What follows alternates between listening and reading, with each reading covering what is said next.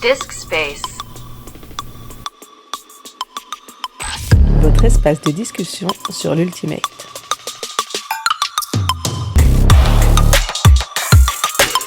Salut, c'est déjà le 4e jour de ce championnat du monde en Australie et le classement commence à se dessiner. En ce mercredi, les féminines n'avaient qu'un seul match au programme dans leur poule basse face à Singapour et ça commence mal. 1-4 après le premier quart d'heure. Mais c'est juste le temps de se mettre dedans. La France revient à 5 partout. Les deux équipes se rendent coup pour coup jusqu'à 10 partout. Malheureusement, les Singapouriennes gèrent parfaitement la fin de match, usant un bon escient de leur temps mort et l'emportent 11-14.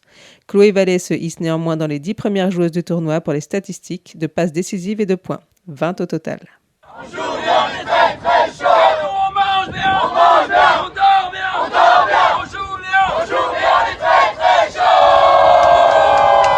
Du côté du mixte, 2 matchs au programme pour clore la poule haute et atteindre les quarts de finale. Face à l'Australie, la France l'emporte 15-11.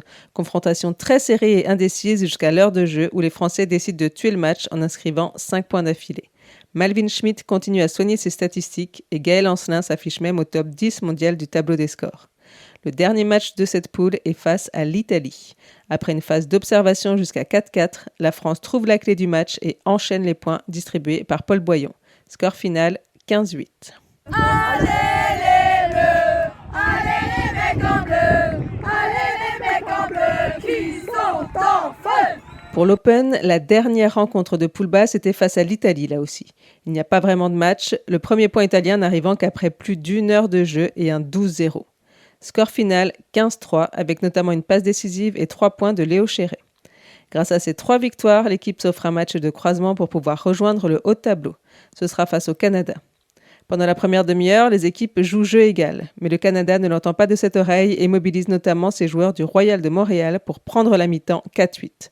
En seconde période, les garçons ne parviendront pas à recoller totalement au score malgré la très efficace paire Nemo Courtil-Sullivan Roblé et s'inclinent 11-15. L'espoir d'être en haut de l'affiche s'envole brutalement. Direction les places 9 à 16. Le pas de côté du jour est consacré à la Chine.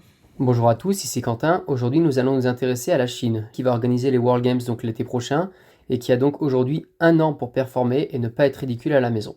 Sur le plan sportif, la Chine part de très très loin en termes d'ultimate. On va regarder par exemple ce qui fait référence aujourd'hui, donc le classement international, donc l'Ultimate Ranking, qui prend en compte les résultats beach et herbe sur les compétitions internationales Master, Junior, Senior dans les 3 divisions. Donc en gros, une trentaine ou une quarantaine d'événements internationaux qui se cumulent, y compris les compétitions continentales en Asie, et qui font un système de points. Dans ce classement-là, par exemple, à titre de repère, les États-Unis sont bien évidemment premiers devant le Canada et la Grande-Bretagne. On retrouve la France qui était 5e, qui est désormais 6e derrière le Japon. Singapour est la plus grosse progression et est montée de 12 places à la 12e place.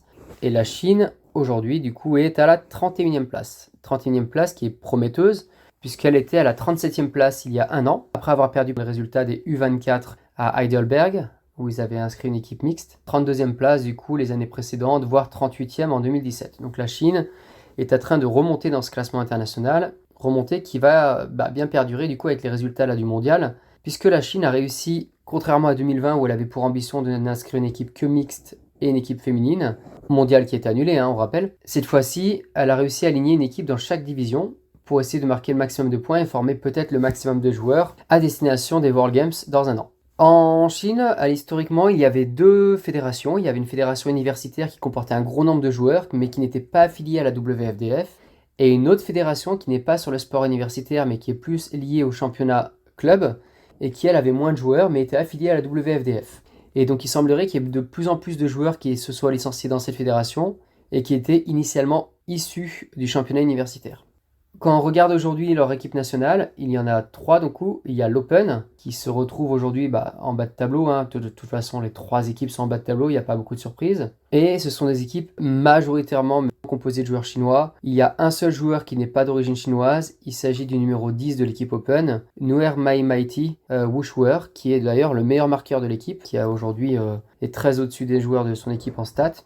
Sur le plan sportif, les 3 équipes se retrouvent actuellement dans les parties basses dans leur tableau respectif. On peut noter un autre point sur lequel il y a un gros axe d'amélioration, c'est au niveau de l'état d'esprit, puisque les 3 équipes sont dernières au Spirit. Au niveau de l'équipe mixte, notamment, dernière dans sa catégorie, elle se prend des très mauvaises notes en connaissance et application des règles, en bon état d'esprit et en faute et respect des body contact. C'est un point qu'on retrouve également chez les garçons qui ont connaissance et application des règles pas très bonnes, et faute et body contact aussi avec des sanctions.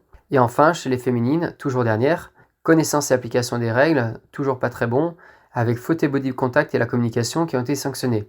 Donc on voit une vraie mauvaise utilisation des règles au niveau de la Chine, une mauvaise connaissance des règles et un jeu qui est peut-être encore trop rugueux pour le niveau international et qui va devoir donc se lisser et apprendre avant les World Games pour donner une bonne impression à performer tout en respectant l'adversaire, et c'est actuellement quelque chose qui manque. Des gros axes d'amélioration sur le plan sportif, mais la Chine a beaucoup progressé. Par contre, sur le plan esprit du jeu, pour l'instant, c'est plutôt catastrophique. Il y a d'énormes axes d'amélioration et ils n'ont qu'un an pour le corriger. Bonne journée à tous. Merci Quentin. L'occasion de faire un petit point sur l'esprit du jeu de nos équipes françaises. Les féminines ne sont pas très bien classées du fait du 6 qui leur a justement été attribué par les Chinoises. Au contraire, le mixte rattrape le 6 donné par la Colombie et le 7 par Singapour grâce au 13 de la Chine. Seul l'Open a la moyenne en fair play dans toutes ses rencontres. Les filles ont un match décisif ce jeudi. Il faut impérativement battre la Grande-Bretagne pour atteindre les matchs de croisement. L'Open, lui, joue son classement face à la Chine. Et avec un sans faute jusque-là, le mixte a atteint le quart de finale. Ce sera face à l'Allemagne. Catch you later. Disc Space est un podcast de Focus Ultimate France.